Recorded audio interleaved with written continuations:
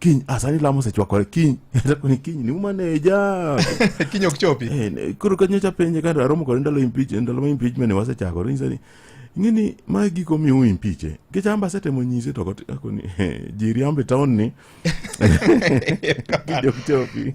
Ng'ato wacho ka ni beda broad base ni tilengo rigo nade ng'ato penjo ka ni tinde en ja praise and worship mar broad base. an broad base to kanyalo weyo kantie gimaber manotimore ne Kenya ni en gibelo ne broad base are ingine man manochake an Sakaja manochake kech ngini Sakaja nodonjo as a minority governor. Yes, ngini chik mar Kenya ni aparo ni nitie rach and I think ni performance mar assembly be depend on kaka chik na nobedo chikwa nobedo structured in a way ma ondike constitution near the minority party will take the leadership of park and pick. Majority party will take up the leadership of budget committee. Yes. Minority, park and pick. Park and pick are the key oversight committees. Yes. Mana kaka timore National Assembly. Lakini ngiye situation ma governor odonjo. Governor ja UDA. Minority party en UDA. Koro governor ni en ja UDA, minority party en UDA. Mano ngiso ni pick gi park ni ne dibedo jo UDA. Em oversight themselves. I'm not chairman. In fact, I'm not chairman. I'm not chairman. I was just a member.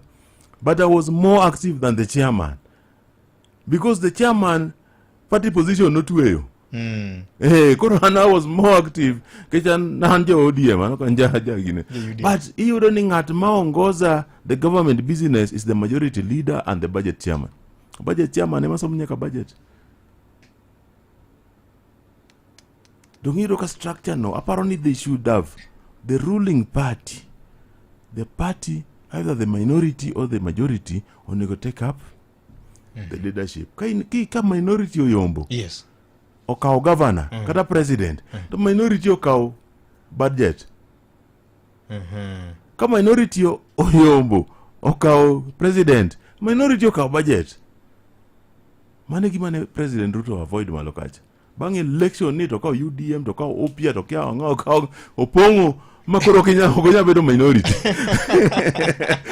To lakini gimose timore maber makara jodalawa iwinjo ka min piny wacho ka pile ni nitie ngidho moro mangidho ka Komuru sani dhi kawo police in the next 1 or 2 weeks.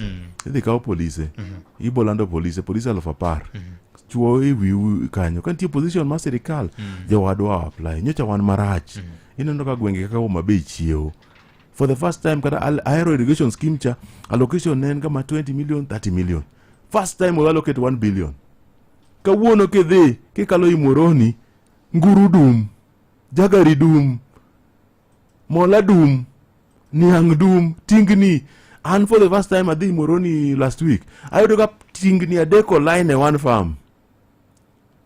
Ibero tiketo manya niketo kani matero ni ngeny kuso 10 idhi chule pio kuso idhi chule pio and you are spreading your risk. Nisa ne chemelil cha nyalo chuli within 2 weeks. And one worth of 209. No way deni moro ginene chemelil kanyo nyocha ko chula ka William Ruto donje pao. Mane gimomiyo koro broad base ni apparently the biggest blessing especially Kaluo. Ngini politics mar Kenya no bedo designed. Ngini Luo surviving opposition politics for 60 years kikwanda rate. Makimana kanyo mheshimiwa ngeni